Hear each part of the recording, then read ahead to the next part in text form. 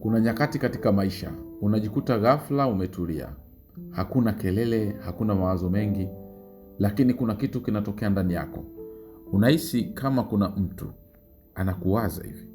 Sio kwa sababu umeona message yake au kwa sababu umeongea naye, no, lakini moyo wako unahisi kitu tofauti. Watu wengi hupuuza hisia hizi. Wanadhani ni mawazo tu ya kawaida. Lakini ukweli ni kwamba ulimwengu na njia zake za ajabu za kuwasiliana nasi. Na wakati mwingine unakuletea ishara kwamba kuna mtu anakuwaza, anakukumbuka na hata anakumisi sana. Leo nitakuonyesha dalili 5 za ajabu sana ambazo zinaweza kuonyesha kuna mtu anakuwaza sasa hivi.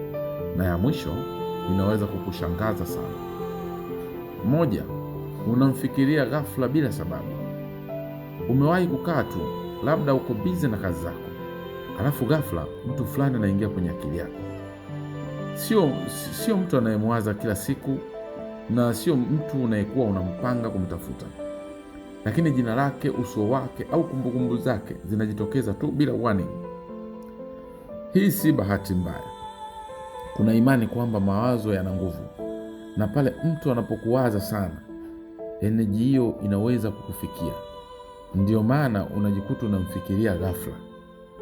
Ni kama kuna connection isiyoonekana inayounganisha akili zenu wawili. Watu wengi hupuuza hili, lakini ukweli ni kwamba mara nyingi hii ni ishara ya kwanza kabisa. 2. Unahisi mabadiliko ya ghafla ya hisia. Kuna siku unakuwa na furaha, kila kitu kinaenda sawa, alafu ghafla bila sababu yoyote tu mudi yako inabadilika kabisa. Unaanza kuwa na huzuni kidogo, au unahisi nostalgia, kama vitu ambavyo hukutaraji, kama unamkumbuka mtu fulani hivi. Au kinyume chake, ulikuwa umechoka, lakini ghafla unahisi furaha isiyoelezeka. Hizi hisia zisizoeleweka hizi mara nyingi hazitoki kwako, zinatoka kwa mtu mwingine. Ndiyo, inaweza kuonekana ajabu sana, lakini kuna watu wanaamini kwamba hisia zinaweza kusafiri kutoka kwa mtu mmoja hadi mwingine. Kama kuna mtu anakuwaza kwa hisia kali, iwe ni mapenzi, huzuni au hamu, unaweza kuanza kuzihisi hata kama hujui chanzo chake. 3.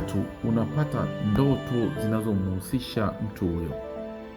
Ndoto ni sehemu ya ajabu sana ya maisha yetu. Ni sehemu ambayo akili inafanya kazi bila mpaka ya dunia halisi. Na mara nyingi ndoto huwa njia ya ujumbe. Kama unajikuta unaota mtu fulani mara kwa mara, hasa mtu ambaye hujawasiliana naye kwa muda mrefu, huenda sio bahati mbaya. Wengine wanaamini kwamba ndoto ni daraja kati ya akili mbili, na kama mtu anakuwaza sana, inawezekana energy yake inaingia hadi kwenye ndoto zako. Ndio maana unajikuta unamuona, mnazungumza au mnakuwa pamoja kwenye ndoto. Sio tu kumbukumbu, inaweza kuwa ni ishara. Ishara ya 4, unapata ishara zisizo za kawaida zinazokukumbusha yeye. Umewahi kusikia wimbo fulani, ghafla ukamkumbuka mtu fulani, au labda unaona jina lake mara kwa mara kwenye simu, kwenye TV au hata barabarani, au unakutana na vitu vinavyokukumbusha yeye tena na tena bila kupanga. Hizi zinaitwa synchronicities. Ni matukio yanayotokea kwa wakati unaofanana na yanaonekana kwa bahati mbaya, lakini sio. Watu wengi wanaamini kwamba ulimwengu hutumia njia hizi kukupa ujumbe, na kama unaendelea kuona ishara zinazohusiana na mtu fulani, huenda kuna sababu, huenda kuna mtu anakuwaza, na ulimwengu unajaribu kukuonyesha hilo. 5. Unahisi uwepo wake hata kama hayupo. Hii ndio dalili yenye nguvu zaidi. Ni pale unapohisi kama kuna mtu yuko karibu na wewe, lakini ukigeuka hakuna mtu. Ni kama unahisi uwepo wa mtu fulani, unahisi energy yake. Wakati mwingine unaweza hata kuhisi kama anakutazama au kama yupo karibu na wewe kiroho. Hii si hisia kawaida, na watu wengi ambao wamewahi kupitia hili wanajua tofauti yake. Ni kama kuna kitu hakionekani, lakini kinahisiwa wazi kabisa. Wengine wanaamini hii ni connection ya kina sana, ambayo haihitaji mawasiliano ya kawaida. Ni connection ya energy. Sasa swali ni moja tu nataka nikuulize. Je, hizi ni bahati mbaya tu au kweli kuna mtu anakuwaza? Ukweli ni kwamba hakuna jibu moja sahihi kwa kila mtu, lakini jambo moja ambalo ni hakika: hisia zako si za kupuuza. Kama unahisi kitu, kuna sababu. Inaweza isiwe wazi kabisa, inaweza isiwe rahisi kuelezeka, lakini mara nyingi moyo wako unajua kabla ya akili yako kuelewa.